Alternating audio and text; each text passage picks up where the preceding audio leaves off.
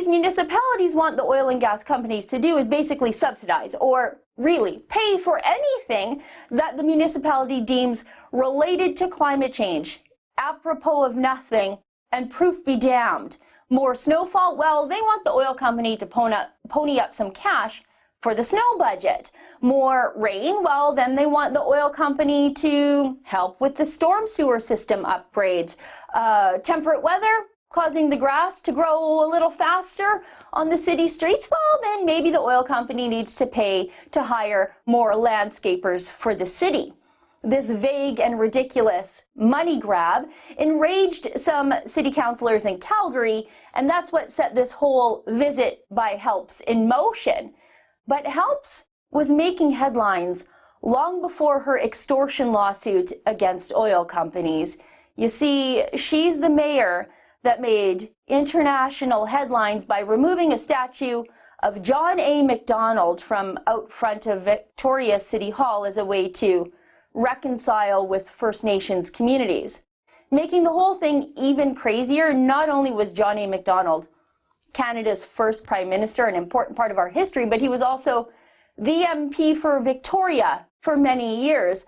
The whole decision to take down the statue to erase history was done in a vote in council without any input from the community outside of a few agitating activists. Help said she discussed the teardown of the statue with what she called the city family, which according to residents of Victoria doesn't actually include them. How weird, what a weird thing to say, the city family. It's very Orwellian. Now, the sculptor of the statue described Help's actions as arbitrary and undemocratic. He said, and I'm quoting here, "I cannot believe any rational person who has reflected on our history can really think that removing about 150 kilos of bronze from view is going to change our history or help us understand it better."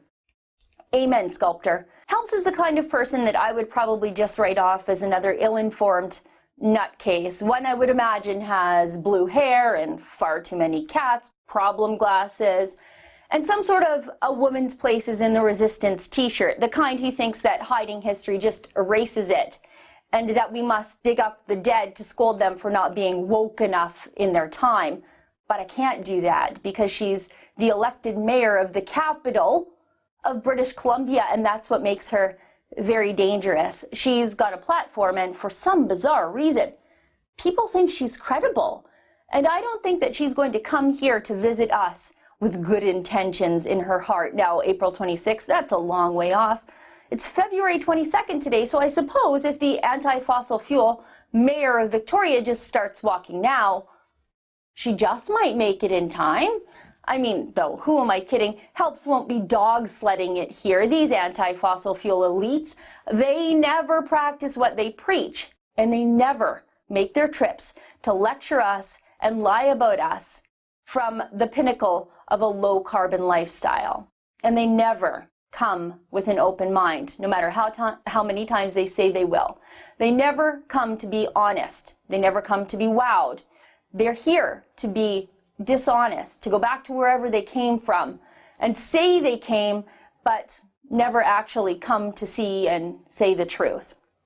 They show up in their private jets, and then they transfer themselves into waiting, idling SUVs to see only what they want to see.